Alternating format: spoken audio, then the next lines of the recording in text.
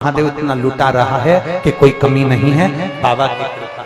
पर आपसे निवेदन है, मिलो हमसे, हम मना नहीं करेंगे, पर आपका 1 रुपया भी व्यासपीठ पर नहीं चलना चाहिए। 1 रुपया भी आप ना चढ़े और हमसे मिलने कमरे में भी, कक्ष में भी आए, जहां हमको ठहरे वहां भी आए, तो आपका रुपया नहीं चढ़ना। आप मिलो, प्रणाम करो, बेलपत्र दो, आप भी बेलपत्र दो, हम भी बेलपत्र दो, ले जाओ, भगवान शिव का नाम का गुणगान करो, भगवान का भजन करो। ये हमारे कुछ नियम है। हम 3 दिन से सबको कहे तो कोई सुनने को तैयार नहीं होता। उसका स्मरण करो। हम नहीं चाहते थे कि इसको टीवी के माध्यम से लोगों तक पहुंचे, पर हम कहे भक्ति करो बाबा की। आप यहाँ झोली पसार कर, हम कथा विराम होती तो झोली पसार कर प्रणाम करते कि तेरा ही दिया मैंने खाया पिया है, तेरा शुक्रिया, तेरा शुक्रिया, मुझे भोले बाबा ने बहुत दे दिया है, तेरा शुक्रिया, तेरा शुक्रिया। वो दीप किसी काम का नहीं, शिव की कृपा है। मीनू देवी पति श्री ललित जायसवाल, बहुत बहुत साधुवाद आपका। आपका बेटा इसको में सरकारी नौकरी में वैज्ञानिक पद पर विराजमान हुआ। ये बहुत बड़ी नौकरी है, बाबा की कृपा से वैज्ञानिकों के पद पर प्रतिष्ठित है।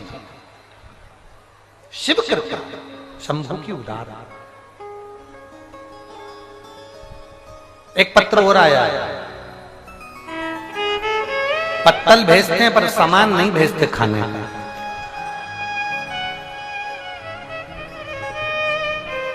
सरिता देवी पति रणजीत जी शर्मा, ग्राम मधवलिया, चूरापार, जिला कुशीनगर। कहीं बैठे हैं क्या? कहीं बैठे हो तो हाथ हिलाइएगा। दिख गए क्या? कहां बैठे? लिया बच्चे को, लिया। बाबा जी कोटि कोटि प्रणाम। लोगों के यहां संतान होती थी, आपकी कथा में सुनते थे।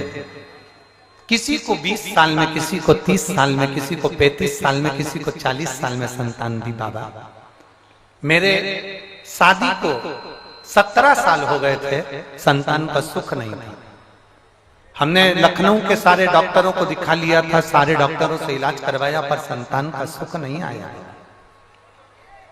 डॉक्टर कहते थे हमारा ट्यूब ब्लॉक है, उसके कारण बस तुम्हें कभी जिंदगी में संतान नहीं होगी। बाबा हमने जब आपकी कथा सुनी तो एक महिला को 30 साल के बाद औलाद हुई थी, शादी थी। हमको आज जग गई, हमारा बाबा हमको 17 साल के बाद जरूर देगा, ये पक्का है। हमने सफेद आंकड़े की जड़ का प्रयोग करा, पशुपतिनाथ का व्रत करा, और बाबा की कृपा से मेरा 1 महीने के अंदर गर्भ ठहर गया, और बाबा की कृपा से 17 साल के बाद मुझे पुत्र रत्न की प्राप्ति हुई है, जिसको मैं लेकर आई हूँ बाबा प्रणाम करने के लिए। 17 वर्ष के बाद संतान की प्राप्ति। 17 वर्ष ये शिव है। ओ घड़ी शंभु। एक वो जायसवाल लाने वाली थी, उनको वो जायसवाल को जान दो, पवन जी कोई जायसवाल है ना, उनको जान। 17 वर्ष के बाद संतान की प्राप्ति। शिव तत्व है, ओ घड़ी है शंभु। सहज नहीं है मेरा महाराज। दिया सोने की चमक हमें दिख रही है, दीपक सोने की चमक हमें नजर आ रही है, पर वो सोने की चमक हमारे लिए कहीं घातक न बने, उसका स्मरण। हमें दिखावे में नहीं पड़ना, हमें तो 1 लोटा जल लेकर देवाधिदेव महादेव को समर्पित करना है। बोल बम का नारा है और बाबा एक सहारा। हमें शिव भक्ति की ओर रमना, हमें उससे मतलब नहीं।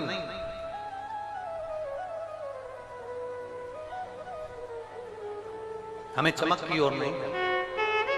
तो फिर निवेदन करूंगा इस व्यासपीठ से, आपका करा गया भजन, आपका करा गया स्मरण, आपका किया गया एक मंत्र जाप शिव स्वीकार जरूर करता। भगवान देवाधिदेव महादेव उसको स्वीकार जरूर करता, छोड़ता नहीं मेरा। समय आया, जो अंधकासुर नजदीक का था, उसी अंधकासुर ने वर मांग लिया ब्रह्मा जी से कि मेरे प्राण ना छूटे। ब्रह्मा जी ने कहा मरना तो पड़ेगा, निश्चित है, अगर मेरे प्राण छूटते हैं तो मुझे ये वर दे दीजिए, अगर मेरे प्राण छूटते हैं तो मुझे वर दे दीजिए कि जिस दिन मैं अपनी माता को गलत दृष्टि से देखूं तो उस दिन मेरे प्राण छूटे। उसको ये नहीं मालूम था कि पार्वती जी मेरी माता है, पार्वती जी ने उसको पुत्र की तरह स्नेह करा है, उसको नहीं मालूम था। एक दिन उसने विवाह का प्रस्ताव दिया और मालूम करा कि कोई अच्छी कन्या मेरे लिए ढूंढी जाए। उसके गुप्तचरों ने कहा जो श्रेष्ठ कन्या थी पार्वती, वो तो शिव जी ब्याह कर ले, भगवान भोलेनाथ ब्याह कर ले गए, देवदेव महादेव ब्याह कर ले गए पार्वती को। हाँ, जो श्रेष्ठ कन्या थी पार्वती, उसको तो महादेव ब्याह कर ले।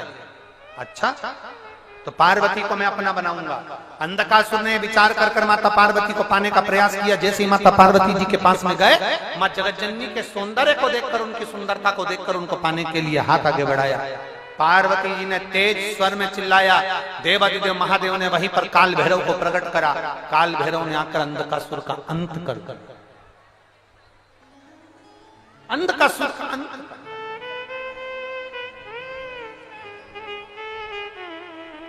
कितना करीबी था अंधकासुर, कितना नजदीक में रहने वाला था अंधकासुर, कितना करीब में रहने वाला अंधकासुर, कितना नजदीक में रहने वाला अंधकासुर, कितना न। कथा की जो शुरुआत थी वो यही कह रही थी, करीबी और गरीबी दोनों टीचर है, दोनों गुरु हैं, दोनों मंत्र देते, सिखाना सिखाया।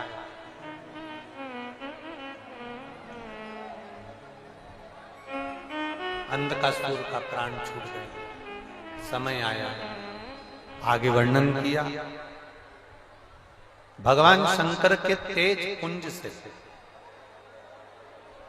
मां गंगा जी की धार से षडानंद कार्तिकेय जी का जन्म।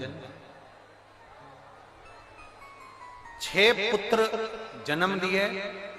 गंगा मैया ने उनको गोदी में लिया तो 6 ही रोते एक साथ, दूध पीते एक साथ। गंगा मैया परेशान हो। जब गंगा जी परेशान हुई तो गंगा जी ने ऋषियों की धर्मपत्नी कृतिकाओं को बुलाया और कृतिकाओं से विनती करी, कृतिकाओं, एक कृतिकाओं,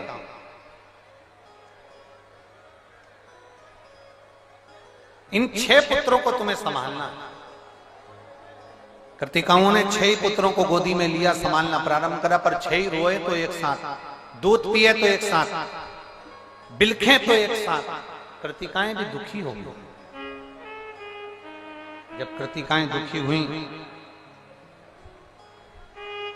तो कृतिकाओं ने गंगा जी का जल हाथ में लिया और गंगा मां का जल हाथ में लेकर कृतिकाओं ने कहा, ये 6 पुत्र जो घाट पर सोए हैं, अगर हमारी तप साधना प्रबल है, हमारा विश्वास प्रबल है, हमारी भक्ति प्रबल है, तो ये 6 की 6 एक हो जाए। वो 6 पुत्र एक हो गए और एक बन गए, पर मुख 6 हो गए, शरीर एक हो गया। कृतिकाओं ने उनको एक करा, इसलिए उनका नाम कार्तिकेय हो गया। बोल कार्तिकेय महाराज की। उनका नाम कार्तिकेय हो गया। कार्तिकेय के जन्म का कारण केवल एक ही था, तारकासुर का अंत। तारकासुर का अंत। और तारकासुर ने मांगा भी यही था। तारकासुर ने क्या मांगा था कि भोलेनाथ जी का पुत्र मुझे मांगा, क्योंकि शिव मेरे करीब में नहीं आ सकते तो कम से कम उनका पुत्र मेरे करीब में तो रहे। और अंत समय प्रभु आना पड़ेगा, वचन दिया निभाना पड़ेगा।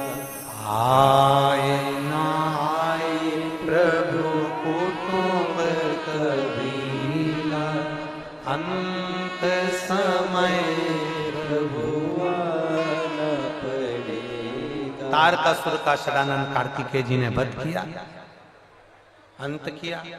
आगे कुंदकेश्वर महादेव का दर्शन और कुंदकेश्वर महादेव का वर्णन आता है। जोरदार ताली बजाकर कुंदकेश्वर महादेव का आप और हम दर्शन करें।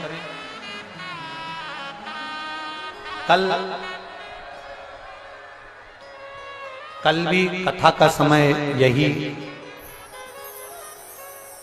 1 बजे से यही 4